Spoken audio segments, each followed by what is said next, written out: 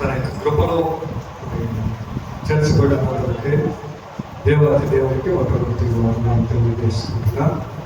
కూడి వచ్చినటువంటి మిమ్మల్ని కూడా ప్రభువైనటువంటి క్రీస్తు పేరిట వందనాలతో ఆహ్వానిస్తున్నా.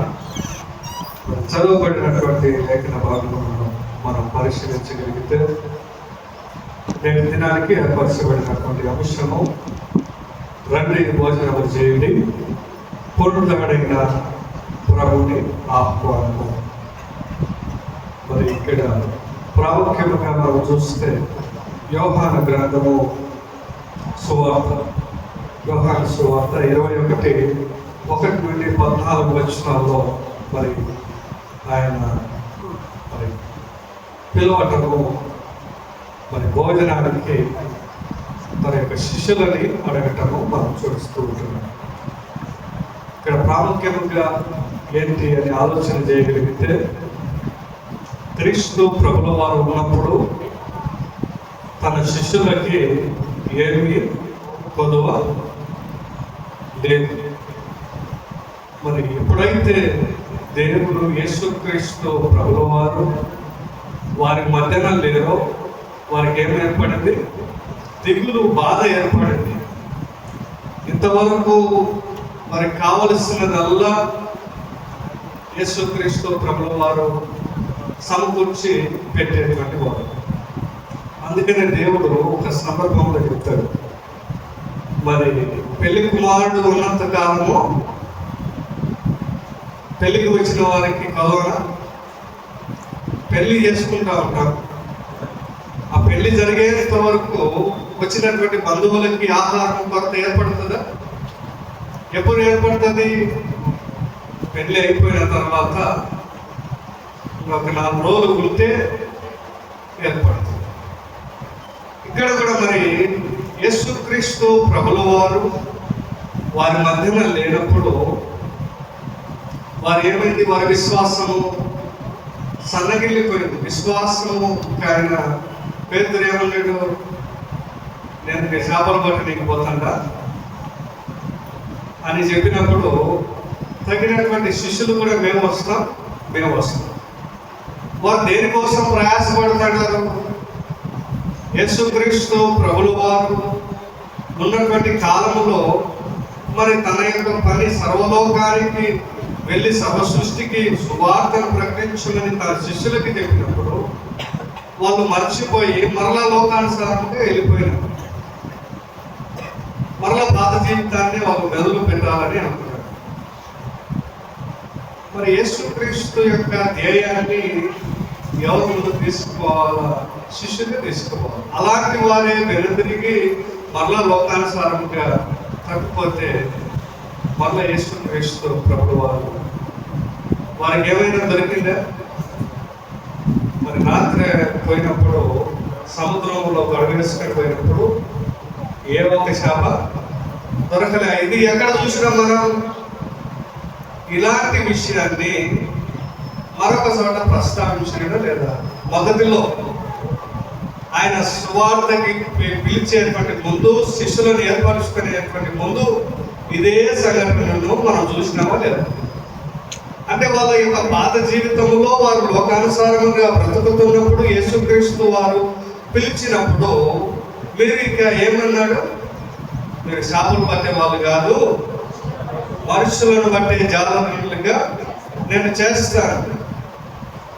మరి ఆయన తయారు చేసినాడు. అంతా కూడా మరి ఒక సిస్టమాటిక్గా వారిని నడిపించినాడు. నైనా ఇట్లా ఉంటుంది లోకము, ఇలా మనుషులు ఉంటారు, మనం ఎన్ని మంచి పనులు చేసినా దానికి చెడ్డ మాటలు మాట్లాడే వాళ్ళు అనేకులు ఉంటారు. అయితే మీరు వారి మాటలను పట్టించుకోకుండా లోకానికి వారికి ఒక మార్గదర్శిగా మీరు ముందుకు వెళ్ళాలని అంటున్నప్పుడు మొట్టమొదటిగా ఏదైతే వారు చేస్తూ ఉన్నారో మరలా అదే పని చేస్తూ ఉన్నారు. ఏమి దొరకదు. మళ్ళా ఏమని చెప్పినాడు? నేను మూలను వేయండి, అక్కడ వేయండి అని చెప్పినప్పుడు ఆ వలలో ఎన్ని చేపలు పడినాయి? విస్తారంగా 150 చేపలు పడినాయి. వాళ్ళలో విశ్వాసం లేదు, దేవుడు మనల్ని పోషిస్తాడన్నటువంటి నమ్మకం లేదు. ఇంకా మనల్ని ఒక ఈ లోకంలో ఎవరు గుర్తించరని వాళ్ళు అనుకున్నారు. కానీ దేవుడు నడిపిస్తాడు. ఎన్ని దినాలను మమ్మల్ని పోషించినటువంటి యేసుక్రీస్తు ప్రభువు వారు మాకు అండగా ఉంటాడు. మరి ఇంతకు ముందే 2 సార్లు కనబడినట్లుగా మనకు తెలుపుతా ఉన్నాడు. ఇది ఎన్నోసారి అంటే 3వసారి. ఇంకా వాళ్ళు అవిశ్వాసంలో కూరుకుపోయినట్లుగా మనం చూస్తూ ఉంటున్నాం. వాళ్ళ పాత జీవితాన్ని మరి పట్టుకొని వేలాడేటప్పుడు మరల దేవుడు వారికి ప్రత్యక్షమై మరి 150 చేపలు, పెద్ద చేపలు పిలిచినాడు. ఫస్ట్ ఏమని పిలిచినాడు? చిన్నవారు పిల్లలారా, ఏమైనా తినడానికి ఉందా మీ దగ్గర? మరి నాకు ఇస్తే నేను కూడా భోజనం చేస్తాను. వాళ్ళ దగ్గర లేదని తెలుసు, వాళ్ళకి అది అసాధ్యమని తెలుసు. వాళ్ళు దేవుడు ఏ విధంగా వాళ్ళకి చూపించినాడంటే, ఇంకా మీరు చేపలు పట్టేటోళ్ళు కాదప్ప, మీరు మనుషులు పట్టేటోళ్ళు. ఎందుకు మళ్ళీ చేపలు పట్టడానికి పోయినారు? అందుకే మీకు పడలే. మళ్ళీ మీ పాత జీవితాన్ని వదిలిపెట్టి నా మాటకు పవర్ ఉంది కదా. ఇప్పుడు చూడు, 150 చేపలు పడినాయి. మీరు నా మాట విని నా మార్గం నుండి నడిపించగలిగితే ఈ శాపలు పడినట్లుగా మీరు అనేకులను విశ్వాసంగా మార్చే శక్తిని నేను ఇస్తాను.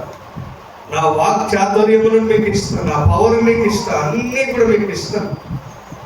ఎప్పుడు నా మాట వినినప్పుడు మీకేం కలుగుతుంది? నా మాట వింటే సమస్తము విస్తారమైనటువంటి చేపలు పడినట్లుగా విస్తారముగా పండగ వస్తారని మరి చెప్తూ మనము కూడా యేసుక్రీస్తు ప్రభువు వారు మరి నాడు పిలుస్తున్నాడు, భోజనం చేయండి.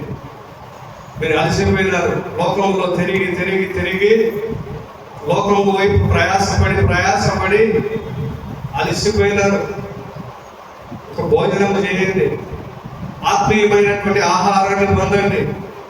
లోకము వైపు మీ యొక్క ముఖాలను విడిచిపెట్టి నా మార్గము వైపు, నా యొక్క ముఖము వైపు తిప్పండి మీ ముఖాలని అని ఆహ్వానిస్తూ 3 సార్లు పరీక్షిస్తాడు ఒక శిష్యుడిని.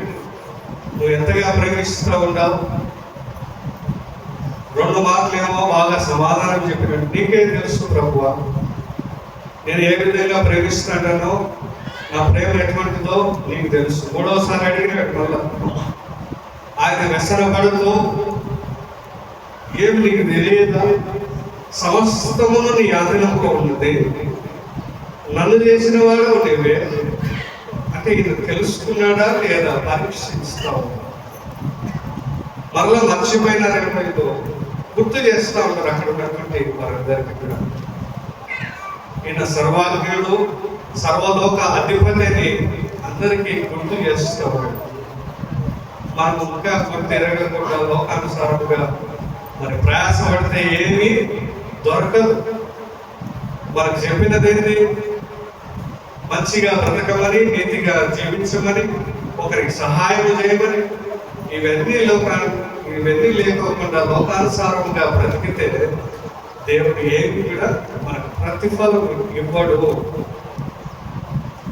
ఇంకా మనం చూడగలిగితే దేవుడు మరి రాజులు రాసినటువంటి 1 గ్రంథము 19వ అధ్యాయం 1 నుండి 8 వచనాలు మనం చూస్తున్నాం. ఇక్కడ కొట్లాడుతూ ఉంటాడు ఏలియా. ఎవరితో కొట్లాడుతున్నాడు?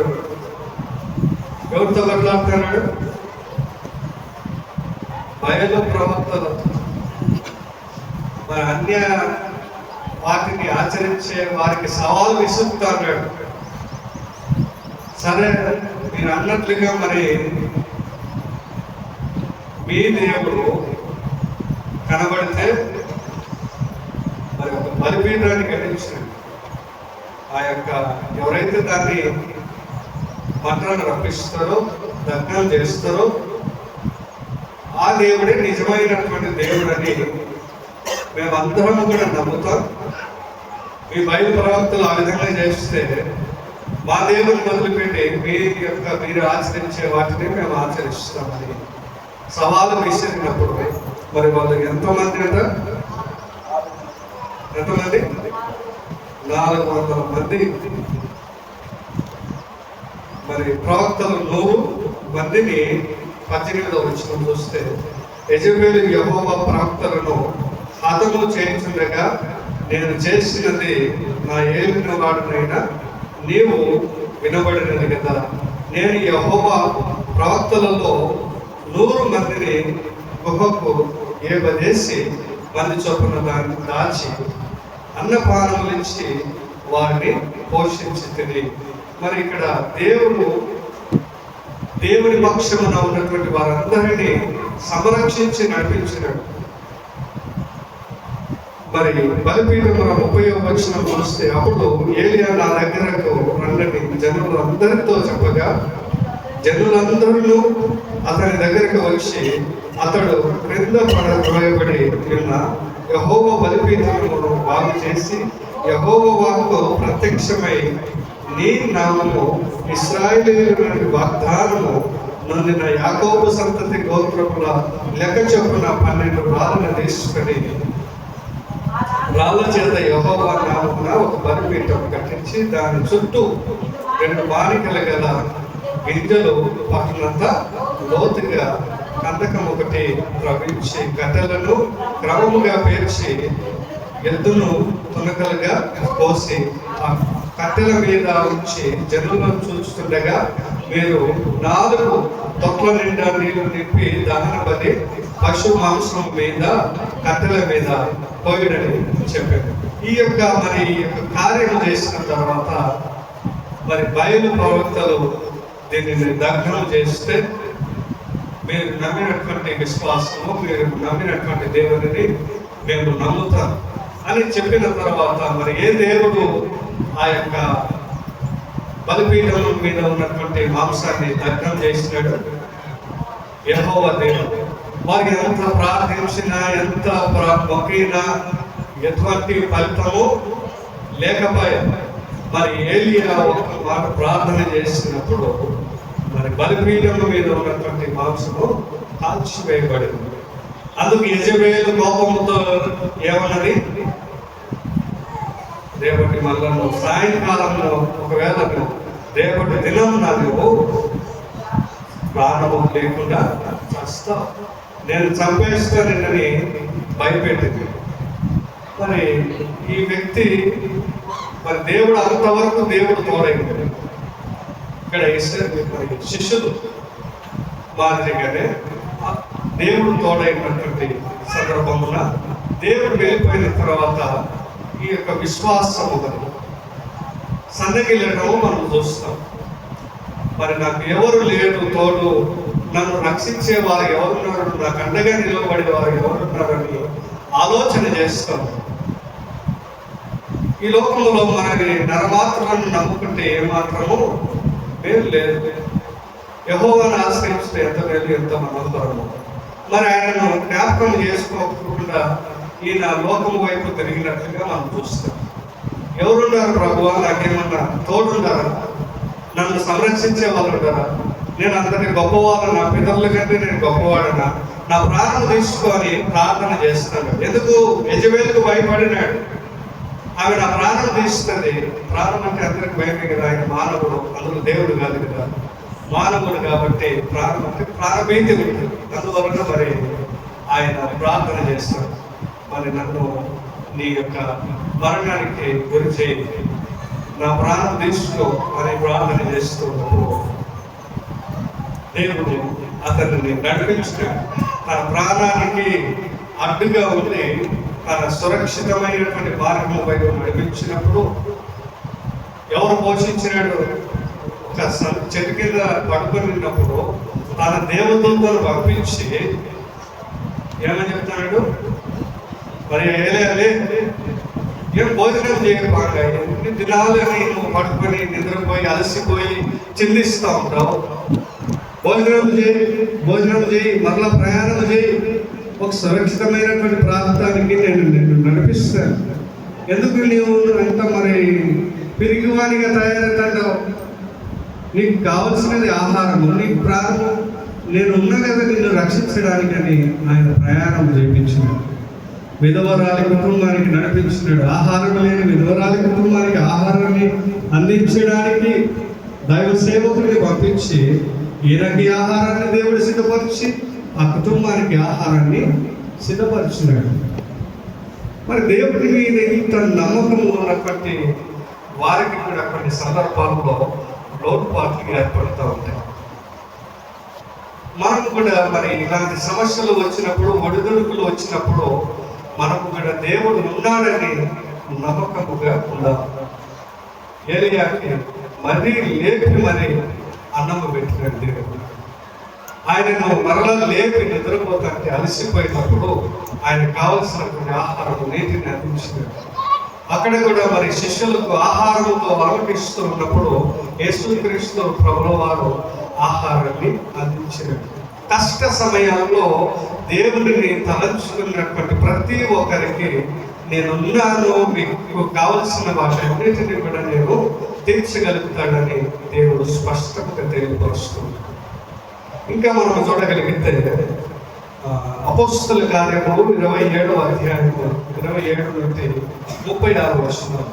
ఇక్కడ మరి పౌలు ప్రయాణమై ఒక సముద్రములో మరి అనేకులు ప్రయాణం చేస్తాడు. దాదాపుగా 200 మందికి పైగా ఆ యొక్క ఓడలో ప్రయాణం చేస్తున్నప్పుడు దీనిని మరి ఏ ఓడకు సరితూగుతుందంటే నోవాహు కాలంలో ఓడ మాదిరిగా, ఓడ ప్రయాణం మాదిరిగా వీళ్ళ ప్రయాణం కూడా కొనసాగుతుంది. ఎన్ని దినాలు వర్షం కురుస్తూ ఉన్నది, అక్కడ కాదు ఇక్కడ మరి 2 వారాల పాటు వర్షం కురుస్తుంది. అలలతో మరి ఆ వర్షపు గాలులతో మరి వీళ్ళు సతమతం అవుతాడు. నేటి జనరేషన్కి మనకు లైటింగ్ ఉంది, మరి ఆ యొక్క పెద్ద పెద్ద షిప్పులు ఉన్నాయి. అప్పుడు అంత చెక్కతోనే చేసి అంతా వాటిలోనే సమృద్ధి చేసి ఉంచేటువంటి వారు. మరి ఇప్పుడున్నటువంటి కాలం మాదిరిగా ఫెసిలిటీస్ ఉండేటువంటివి కాదు.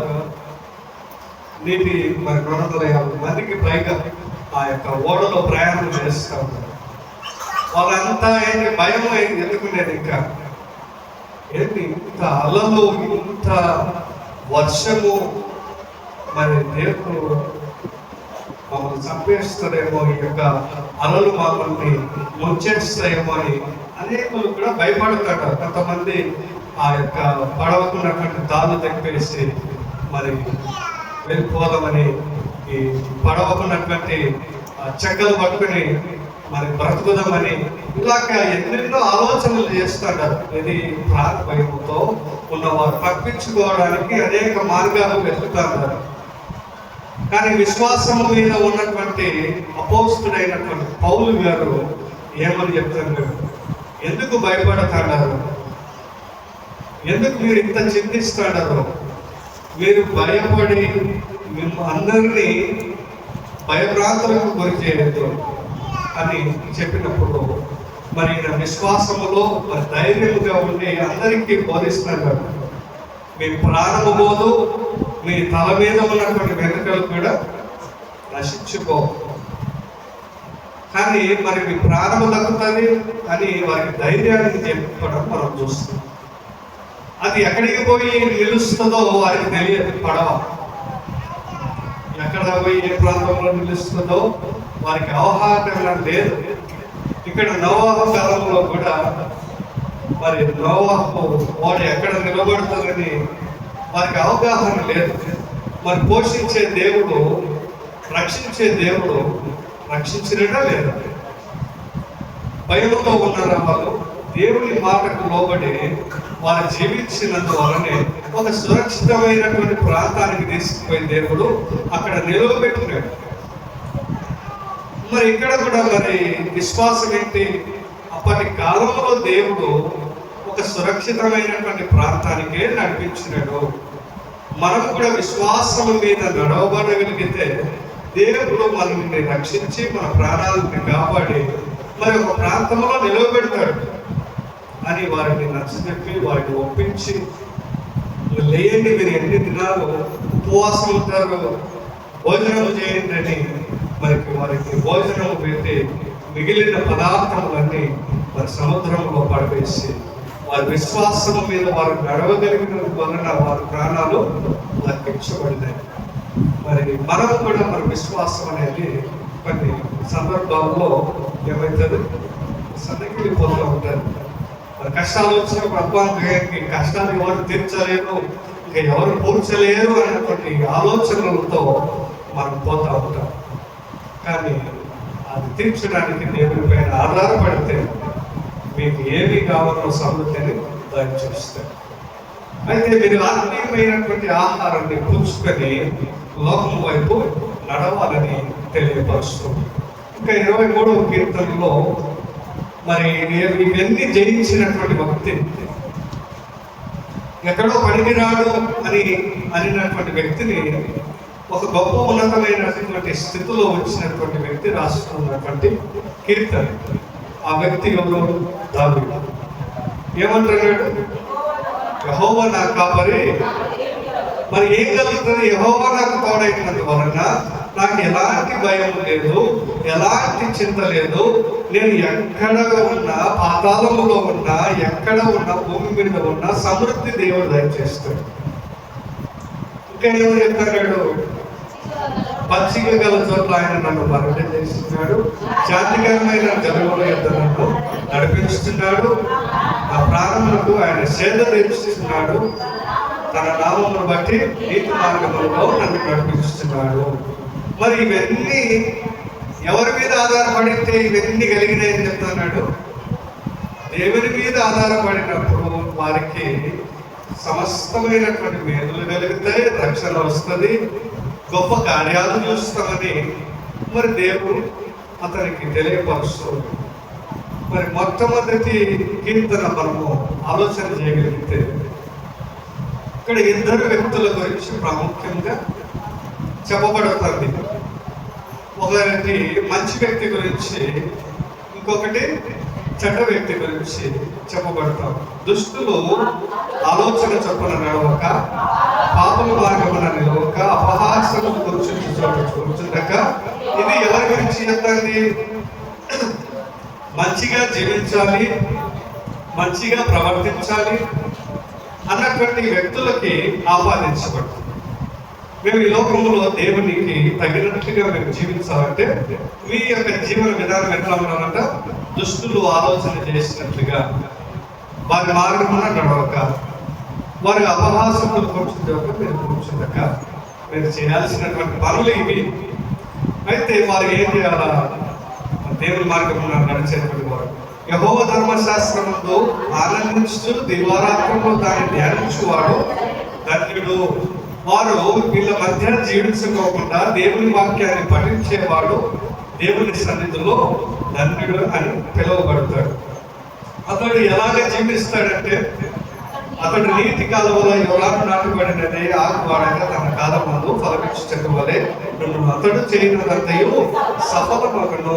మరి ఆధారం కాలంలో దేవుడు సమృద్ధిని కలిగజేసి 4 నదులు మరి చుట్టూ ఉంచబడి నీటికి కొదవ లేకుండా, బలాలకు కొదవ లేకుండా అలాంటి జీవితమును నీకు కూడా మరి అనుగ్రహిస్తాడు. మరి నీ జీవితం అనేటువంటిది మరి ఆరినటువంటి నేల కాకుండా, మరి ఆకులు వాడిపోకుండా ఫలమించేటువంటి శక్తిగా నిన్ను ఉంచబడతాడు.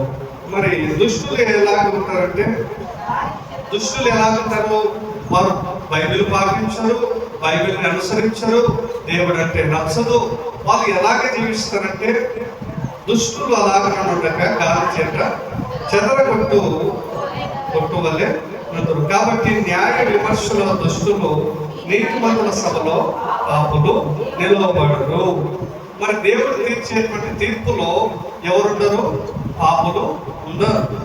మరి ఎవరుంటారంటే, ఎవరైతే నీతిగా న్యాయములతో నడుస్తారో వారు మాత్రమే ఉంటారు. నీతిమంతుల మార్గము యెహోవాకు తెలియను, దుష్టుల మార్గము నాశనమునకు నడుపును. ఇంతకంటే క్లారిటీగా ఎవరు చెప్పారు? దేవుడు ఇంతగా మరి చెప్తారు, మీ మార్గము నాకు తెలుసు, దుష్టుల మార్గము మరి నాశనమునకు నడుపు. అంటే వారు నరకానికి నడిపించబడతారు.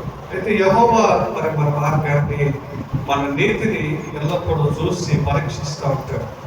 కాబట్టి మనము కూడా ఆయన భోజనములు మనకి ఆత్మీయమైనటువంటి ఆహారాన్ని పొంది పునరుద్ధరణైనటువంటి క్రీస్తు ఆహ్వానానికి లోబడి ఈ లోకంలో నడవబడాలని మన దేవుడు తెలియపరుస్తున్నాడు. మనం గుర్తుంచుకోవాల్సినది, ఆహారంలో ఉన్నప్పుడు కానీ, సమస్యలలో ఉన్నప్పుడు కానీ, లోకంలో ఉన్నప్పుడు కానీ దేవుడు మనల్ని ఒక ఆహ్వానిస్తూ, దేవుడిని తలంచినప్పుడు మన తలంపులన్నిటినీ తీర్చగలిగి ఒక గొప్ప స్థానంలో ఉంచబడినప్పుడు మనం దేవుడిని విశ్వసించి మరి ఎలాగ ఉండబడాలంటే మనము యువరాలు నాటబడినట్లుగా మంచి వ్యక్తిగా యెహోవా నిన్ను చూచులాగా మన ప్రవర్తన, మన జీవితము ఉంచబడదు. అటువంటి జీవితాన్ని మనకు దేవుడు అనుగ్రహించబడి మన జీవితంలో అన్నిటికీ దేవుడు ఎల్లప్పుడూ తోడైంది నడిపించిన గాక. ఆమేన్.